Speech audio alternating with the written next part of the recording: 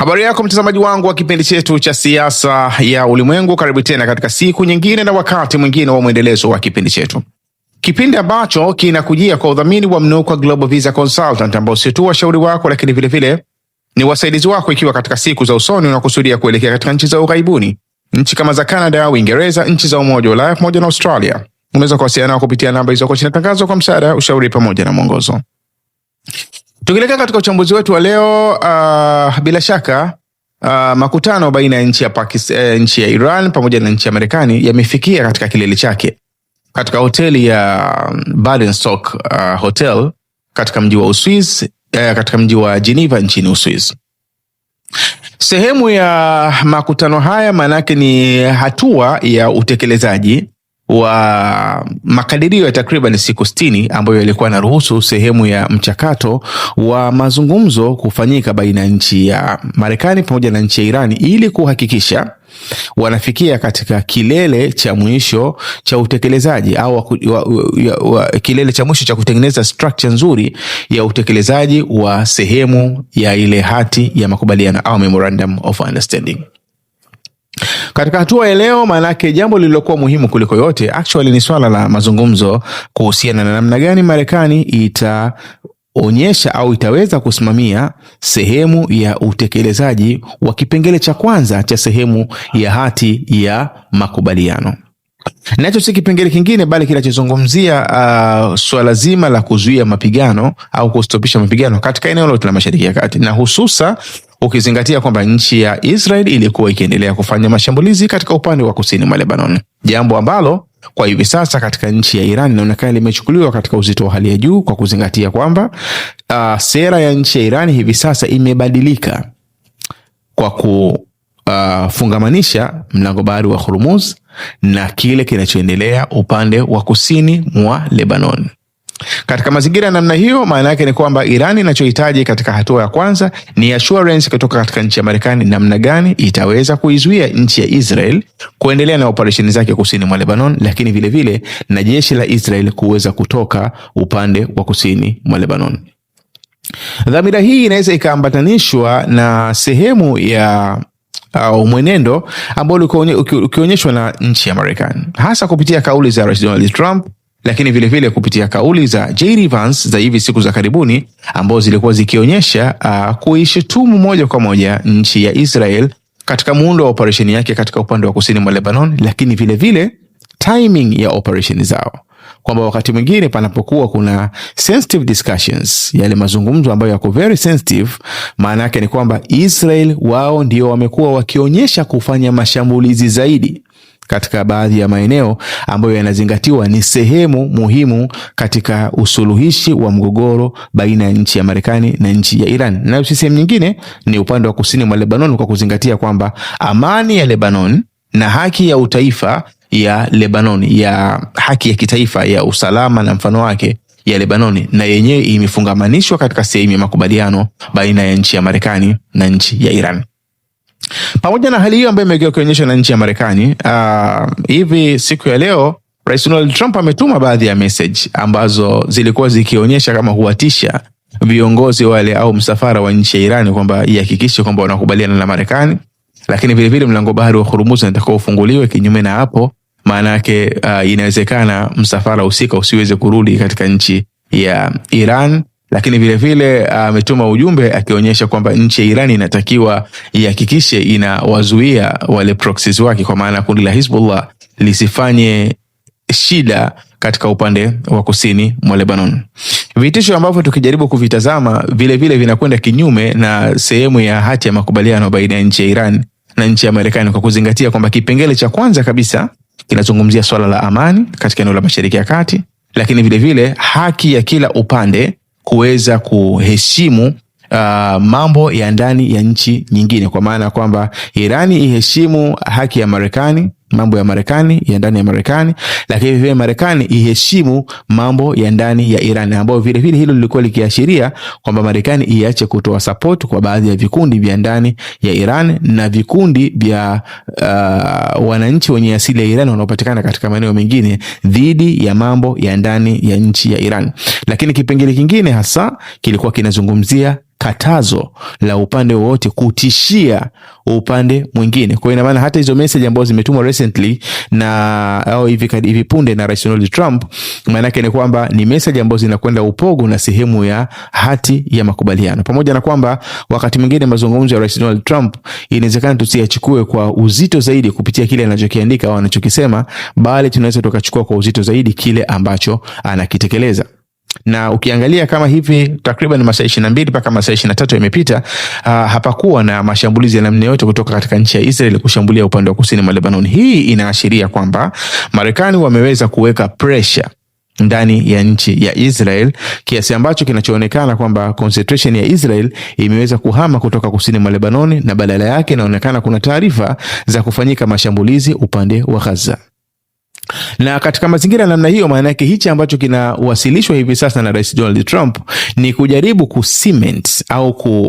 kuweka cover ya juu ya mahusiano baina ya nchi ya Marekani na nchi ya Israel, licha ya kwamba ndani inaonekana kwamba kuna pressure ambayo imewekwa kwa uongozi wa nchi ya Israel kuhusiana na swala la mashambulizi yake upande wa kusini mwa Lebanon. Jambo ambalo vivyo hatujui kwamba litadumu kwa muda gani, kwa kuzingatia kwamba Israel katika mambo ambayo wamekuwa wakiamini kwamba ni sehemu ya haki yao ni kuweza kupambana na tishio la namna yoyote katika kipindi chochote, hata kama ni kipindi cha ceasefire. Jambo ambalo katika upande wa kundi la Hezbollah wao wanaona kwamba inapokuwa ceasefire, maana yake ni kwamba hakuna upande wowote unaotakiwa ushambulie upande mwingine. Katika mazingira ya namna hiyo, maana yake unaweza ukaona kabisa kwamba jambo la kusini mwa Lebanon bado ni jambo ambalo lipo katika mazingira ya sintofahamu, na lao halitodhibitiwa vizuri na nchi ya Marekani, maana yake ni kwamba kuna nafasi kubwa ya jambo hilo kuweza kuripuka wakati wowote. Na ndio maana commitment au ile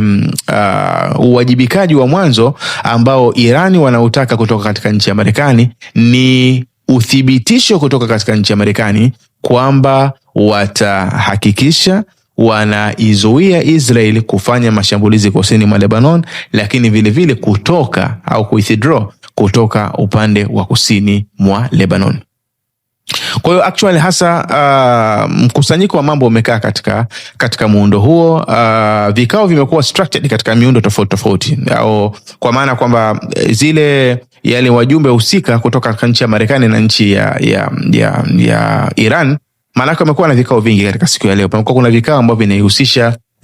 baadhi ya wajumbe wa suluhishi kutoka katika nchi ya Pakistan na sehemu ya wajumbe kutoka katika nchi ya Iran, lakini vivyo pamekuwa kuna vikao ambavyo vinahusisha wajumbe wa suluhishi kutoka katika nchi ya Qatar wakikutana na wajumbe kutoka katika nchi ya Iran, lakini vile vile na kinyume chake katika upande wa Marekani halikadhalika, maana yake walikuwa na vikao na baadhi ya wajumbe kutoka katika nchi ya Pakistan, lakini vivyo na wajumbe kutoka katika nchi ya Qatar, ambao Pakistani na Qatar wote ni sehemu ya wasuluhishi, pamoja na kwamba msuluhishi mkuu wa mgogoro husika ambaye anaonekana mpaka sasa hivi ameweza kuplay role vizuri, ameweza kufanya kazi yake vizuri, maana yake si nchi nyingine bali ni nchi ya Pakistan.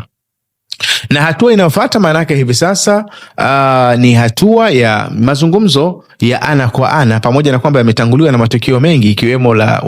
tukio la wajumbe wa nchi ya Iran kugomea kupiga picha na wajumbe kutoka katika nchi ya Marekani, wala kupeana mikono na wajumbe kutoka katika nchi ya Marekani. Maana yake hilo ni sehemu ambayo Iran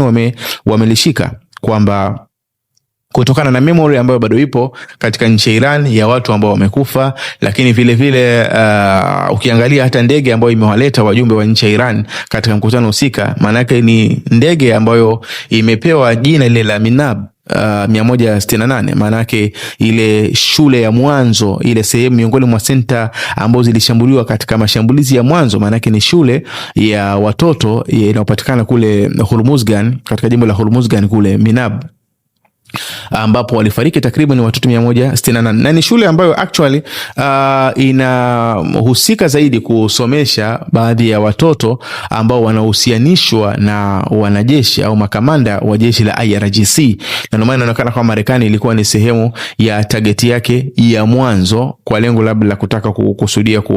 kuwaumiza sehemu ya wanajeshi wa jeshi husika, pamoja na kwamba inaonekana kwamba ilikuwa ni shambulizi ambalo limetengeneza rekodi mbaya zaidi, kwa kuzingatia kwamba mashambulizi mengi yanayofanyika siku ya kwanza mpaka siku tuseme ya 5, mengi yanakuwa katika plan, huwa hayatokei kwa bahati mbaya. Lakini siku zinazoendelea mbele za migogoro, mara nyingi panakuwa wakati mwingine kuna movement ya zile target zinahamishwa kutoka sehemu moja kwenda sehemu nyingine, makosa yanaweza kufanyika. Lakini mashambulizi yaliyofanyika katika ile shule kule Minab, maana yake ilikuwa ni wazi kabisa kwamba ilikuwa ni target ya Marekani walikusudia kuweza kushambulia katika center husika. Kwa hiyo kwa memory au kumbukumbu iliyoko katika nchi ya Iran, maana yake ilikuwa ni jambo gumu kusema kwamba viongozi wa nchi ya Iran watakaa pamoja wapige picha na wapiane mikono na viongozi wa nchi ya Marekani. Bali kile kinachoonekana ni kwamba kila mmoja aliweza kusimama katika utaratibu mwingine, na hatimaye hatua inayofuatia sasa hivi ni hatua ya kufanya mazungumzo. Pamoja na kwamba kinachoonekana ni kwamba discussion kubwa kwanza ni kutaka uhakika kama kile kilivyokuwa kinazungumzwa na baadhi ya wajumbe kutoka katika nchi ya Iran kama Abbas Araghchi, waziri wa mambo ya nje wa nchi ya Iran, kwamba hakuna discussion itakayofanyika kuhusiana na masuala ya vikwazo au kuhusiana na masuala ya nyuklia, ikiwa jambo la mwanzo la kuhusiana na issue ya Lebanon halitokuwa discussed. Maana yake lazima ijadiliwe kwanza issue ya kusini mwa Lebanon. Itakapomaliza kujadiliwa issue ya kusini mwa Lebanon, maana yake patakuwa kuna uwezekano wa kuendelea na discussion na vitu vingine. Ndio maana discussion ya leo inaonekana iko specifically hasa kwa issue ya Lebanon. Na iwapo uhakika utapatikana kutoka katika nchi ya Marekani, kuna kila ishara ya kuonyesha kwamba discussion inaweza ikaendelea katika mambo mengine. Ndio maana katika sehemu ya wajumbe wa msafara husika kama kutoka katika nchi ya Iran, manake ukiachilia mbali labda Muhammad Bagheri Kalibaf ambaye ni kiongozi wa juu au Abbas Araghchi ambaye ni waziri wa mambo ya nje, lakini vile vile imemhusisha mtu kama Abdul Nasser Hamid ambaye ni gavana wa benki kuu ya nchi ya Iran. Manake kuhusika kwa mtu kama Abdul Nasser Hamid manake ni ishara ya wazi kwamba kuna discussion ya masuala ya kiuchumi vile vile inaweza ikatokea katika sehemu ya mazungumzo haya. Kwa hiyo ina maana katika taswira nje ambayo inayozungumzwa mpaka sasa hivi ni kwamba focusing kubwa itakuwa kwenye swala la amani ya kusini mwa Lebanon na si vinginevyo. Issue ya Lebanon inachukuliwa vile vile katika uzito mkubwa kwa sababu ya mazingira jinsi yalivyo. Na ndio maana Iran umekuwa ukihitaji commitment ya nchi ya Marekani. Kwa mazingira jinsi yalivyo, Waziri Mkuu Netanyahu issue ya Lebanon ameitarget zaidi katika muundo wa kisiasa. Kwamba namna ya kutengeneza ushawishi wake, namna ya kwamba anapambana ili kulinda mipaka ya Israel na mfano wake, hii ni miongoni mwa ajenda ambao anaamini kwamba inaweza ikamsaidia katika kipindi hiki, licha ya kuwa asilimia kubwa ya Waisrael wanaamini kwamba mgogoro baina ya nchi ya Marekani na nchi ya Iran na nchi ya Israel ni kwamba Iran wameweza kufanya vizuri zaidi ya 90%. Kura zimekuwa zikionyesha hivyo kwamba Marekani na Israel wameshindwa kufikia katika malengo yao katika nchi ya Iran. Ndicho ambacho kinachoonekana, ambacho kwa upande mmoja mwingine kimepunguza sehemu kubwa ya approval au ile kukubalika kwa Waziri Mkuu Netanyahu. Kwa ina maana hii hatua ambayo inashikwa sasa hivi ya kuhusiana na kusini mwa Lebanon na baadhi ya matamko ambayo yanatamkwa, ukiachilia mbali Waziri Mkuu Netanyahu mwenyewe, lakini vile vile baadhi ya mawaziri wake kama kina Israel Katz, kwamba ceasefire ipo Lebanon, lakini wao bado wana uhuru wa kuweza kushambulia wanapoona kuna tatizo, lakini vile vile hawataondoka katika ile yellow zone, pamoja na kwamba hawajaweza kufikia kucontrol ile yellow zone yote, lakini maana yake ni kwamba ile sehemu kama ya yellow zone maana yake wanakusudia kuitengeneza kama buffer zone, jambo ambalo kwa upande wa Iran halikubaliki. Kwa upande wa Iran wao hawalikubali, na ndio maana wanahitaji commitment kutoka katika nchi ya Marekani kuhusiana na issue ya upande wa kusini mwa Lebanon. Inakuwa ni issue tata kwa sababu ni sehemu ya uhai wa kisiasa wa Waziri Mkuu Netanyahu, ambaye inaonekana mpaka sasa hivi ile kukubalika kwake kumeshuka kwa kiwango kikubwa. Kwa hiyo ni namna gani kwamba Marekani wanaweza kubalance equation ya kumsaidia Waziri Mkuu Netanyahu na wakati huo kuweza kusecure hii deal, kuweza kuilinda hii deal baina yao na nchi ya Iran, kwa kuzingatia kwamba ni deal muhimu kwa nchi ya Marekani, ni deal muhimu kwa uchumi wa Marekani. Na tumekuwa tukikariri hivi kwamba unapofunga mlango bahari wa Hormuz, maana yake ni kwamba unasababisha gharama ya mafuta inapanda juu, ambayo haiathiri sehemu zote, sehemu za pembeni tu ya dunia, bali vile vile hata nchi ya Marekani inaathirika, kuzingatia kwamba kuna uzalishaji wa mafuta, lakini wazalishaji wa mafuta hawawezi kukubali kuuza mafuta yao kwa bei rahisi, kwa sababu tu labda wanaiuzia serikali ya Marekani au wanauzia makampuni mbalimbali ndani ya nchi ya Marekani. Maana yake ni wenyewe lazima wauze, ikiwa ni mafuta, ikiwa ni gesi, watauza kwa bei ghali ili waweze kupata faida. Lakini vile vile madhara ya uwekezaji ndani ya nchi ya Marekani, kwa kuzingatia kwamba kuna uwekezaji mkubwa umefanyika katika eneo kama la Mashariki ya Kati, ambazo faida za uwekezaji katika maeneo ya Mashariki ya Kati mara nyingi huwa zinapelekwa katika nchi ya Marekani kwenda kuwekeza katika baadhi ya miradi tofauti ambayo inasaidia katika masuala ya maendeleo ndani ya nchi ya Marekani, lakini vile vile hata katika upande wa ajira ndani ya nchi ya Marekani na mfano wa vitu kama hivyo. Kwa ina maana unapofunga mlango bahari wa Hormuz unaathiri sio tu eneo la Mashariki ya Kati, bali hata ndani ya Marekani vile vile kuna athirika kwa kiwango kikubwa, na ndio maana inaonekana moja katika target ya mwanzo ya nchi ya Marekani katika mazungumzo yote haya ni kuhakikisha mlango bahari wa Hormuz unakuwa uko wazi. Kwa hiyo actual maana yake ukiangalia sehemu hiyo ya mazungumzo ambayo yanaendelea siku ya leo, tunachelea kwamba yanaweza akastiki tu katika kitu kimoja, hicho cha mlango bahari wa hicho cha kusini mwa Lebanon, kama ilivyokuwa inakaririwa na baadhi ya taarifa ambazo zimekuwa zikitoka. Lakini tunaona kwamba kuna kila dalili ya kuonyesha kwamba discussion inaweza ikaanza kugusa vitu vingine, kwa kuzingatia kwamba kuna ujio wa baadhi ya watu wengine ambao wanazingatiwa kama ni wataalam katika field kama za kiuchumi, ikiwemo Abdul Nasser Hamid. Lakini vile vile inaonekana katika misafara ya watu ambao wamekwenda especially kutoka katika nchi ya Iran, maanake imehusisha vile vile na wataalamu wa masuala ya atomic au masuala ya nuclear na mfano wake, program za nuclear na mfano wake. Licha ya kuwa katika upande wa Marekani zile sura za nje zimewahusisha watu wengine ambao actually hawana rekodi sana ya masuala ya kidiplomasia au utaalamu wa masuala yenye utata kama haya nuclear au masuala ya fedha kama hivyo vikwazo, kama watu kama kina Steven Witkoff au kina Jared Kushner. Manake ni watu wana rekodi ya kushiriki katika jambo hili, lakini hawana status ya rekodi ya ubobevu katika fani fulani ambazo wakati mwingine zinahitajika katika sehemu hii ya mjadala, kwa kuzingatia kwamba sehemu ya juu ya wahusika kama kina J.D. Vance au Mohammed Baqir Kalibafu ni sehemu ambayo inasimama katika nafasi za kisiasa, lakini ndani manake kuna zile tunasema ni technical teams, kuna timu za kitaalamu za watu ambao ni wabobevu katika masuala ya nuclear, kuna wabobevu katika masuala ya kiuchumi na mfano wake, ambao wenyewe kazi yao kubwa ndio kuchakata ile discussion ya mambo, na kisha mwisho wa siku wanapofikia katika conclusion ndio inapelekea wale sehemu ya juu ya watu wa mambo ya kisiasa kuweza kufinalize zile deal, kwamba wameweza kukubaliana baada ya kuwa zile technical team zimeweza kufanya vizuri. Lakini kinachoonekana wazi ni kwamba kwa upande wa Iran technical teams zimekuwa zinaonekana ziko wazi kidogo kuliko katika upande wa nchi ya Marekani. Lakini kile tunachokifahamu ni kwamba haimkiniki au haiwezekani nchi discussion kubwa kama hii ambayo inahusisha pande ambazo zina ushawishi mkubwa duniani kushindwa kuwa na muundo wa namna hiyo, pamoja na kwamba ni muundo ambao bado haujaonekana wazi. Lakini jambo lingine ambalo tunajaribu kuliona hasa kupitia katika speech ambayo imezungumzwa na J.D. Vance katika makutano husika kabla ya kuendelea katika kikao cha pamoja, maana yake hatua hii ni hatua ambayo inazingatiwa kwamba inatengeneza au imekuja kutengeneza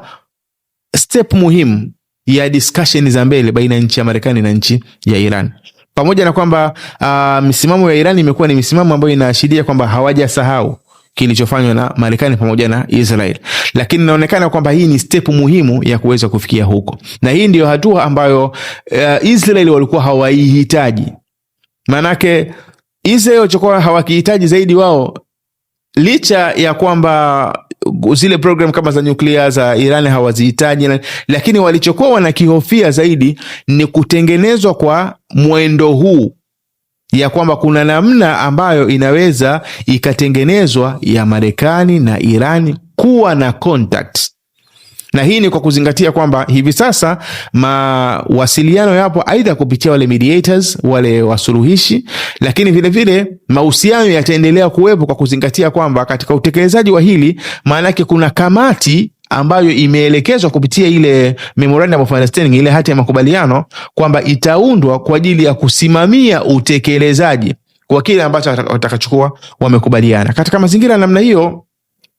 automatically unaona kabisa kwamba maisha yatakavyokuwa yanakwenda mbele, maana yake ni kwamba Irani na Marekani watalazimika wawe na mawasiliano, hata kama sio mawasiliano ya moja kwa moja, maana yake mawasiliano kupitia kwa third party, kupitia kwa mtu wa tatu. Yani Irani maana yake atakuwa anapeleka message katika upande mmoja na Marekani atakuwa anapeleka message katika upande husika, ili kuweza kuhakikisha kwamba utekelezaji wa kile ambacho wamekubaliana kinaendelea kubaki katika utaratibu wa kawaida. Kwa hiyo hii hatua ni hatua ambayo ni disaster kwa nchi ya Israel. Ni tatizo kubwa kwa nchi ya Israel kwa sababu moja katika mambo walikuwa wanayapigania muda mrefu ilikuwa ni kuhakikisha kwamba Irani inatengeka, inakuwa iko peke yake.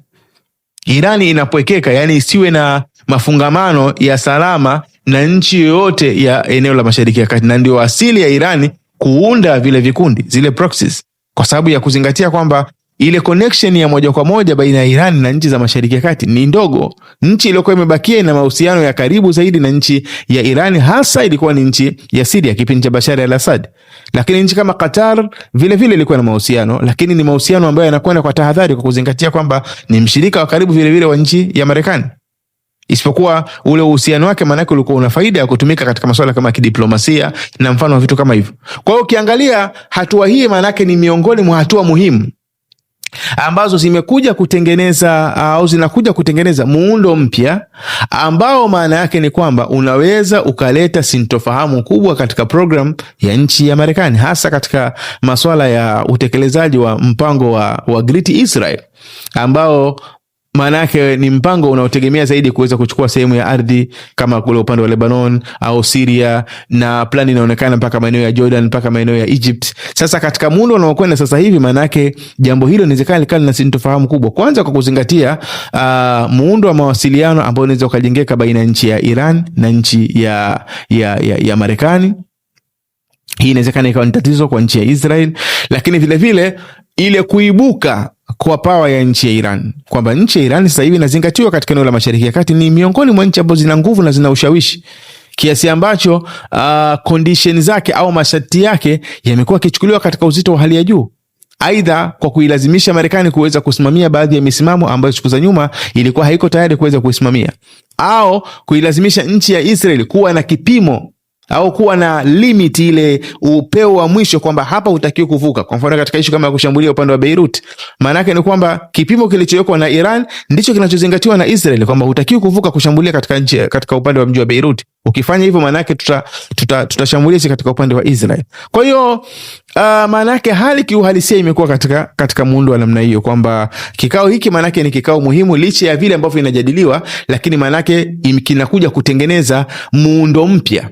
ambao ukiangalia katika nchi kama ya Israel ulikuwa hautamaniwi kuwepo katika muda mrefu. Lakini vile vile hatua ambayo imejitokeza sasa hivi ya kuonekana wazi kuongezeka kwa ushawishi wa nchi ya Iran kutumia kadi zake kama za mlango bahari wa Hormuz na mfano wake, maana yake ni kwamba ni hatua ambazo katika siku za usoni zinaweza kuja slow down au kupunguza spidi ya ule mkakati wa Great Israel, kwa kuzingatia kwamba ni mkakati ambao unakuja kuvunja ile sovereignty au ile haki za utaifa wa maeneo mengine. Ndio maana ukiangalia katika sehemu kama za Syria, licha ya kukaa katika Golani Heights, wamekwenda katika maeneo kama ya Quneitra ambayo inapatikana upande ndani kidogo ya nchi ya Syria, lakini inapakana na maeneo kama Golani Heights. Wamekwenda paka katika mlima Hermon. Hivi sasa maana yake ni kwamba Lebanon pia wanakusudia wasitoke upande wa Lebanon isipokuwa kwa sharti hili ambalo Iran wamekuwa wakilisimamia. Lakini vile vile katika upande kama wa Gaza wamefanya extension, ile yellow line wameweka takriban kama ilikuwa ni 60%. Sasa hivi Waziri Mkuu Netanyahu siku za karibuni amezungumza kwamba ni takriban 70% ya Gaza. Kwa hiyo mazingira yamekuwa kwa hivyo kwa sababu palikuwa hakuna mtu anayeweza kusimama na yeye kuweka condition katika eneo la Mashariki ya Kati dhidi ya nchi ya Israel. Lakini katika muundo wa sasa hivi maana yake Iran wanaweza kusimama na kuzungumza, kitu ambacho maana yake ile sehemu ya ushawishi uliokuwepo wa nchi ya Marekani peke yake katika eneo la Mashariki ya Kati ni kama unakwenda kupungua. Na hii ni kwa kuzingatia kwamba hata hivi karibuni ule ushirikiano wa nchi ya Egypt, nchi ya Saudi Arabia, nchi ya Pakistani na nchi ya Uturuki, wale mawaziri wake wa mambo ya nje wamekaa kikao hivi karibuni katika kule Egypt, kabla ya kufanyika kwa kikao hiki ambacho kinafanyika siku ya leo katika mji wa Geneva. Manake wamekaa kuweza kujadili hali ya mazingira, usalama na yale yanayotegemewa kujadiliwa katika kikao husika. Lakini muunganiko huu manake ni muunganiko umekuja baada ya kuonekana kwamba kuna sehemu ya udhaifu wa nchi ya Marekani katika usimamiaji wake katika eneo la Mashariki ya Kati. Kwa hiyo maanake ni move ambayo imekuja kuibua baadhi ya mambo mengi ambayo inawezekana tukaendelea kuyashuhudia katika siku za usoni. Lakini kiujumla,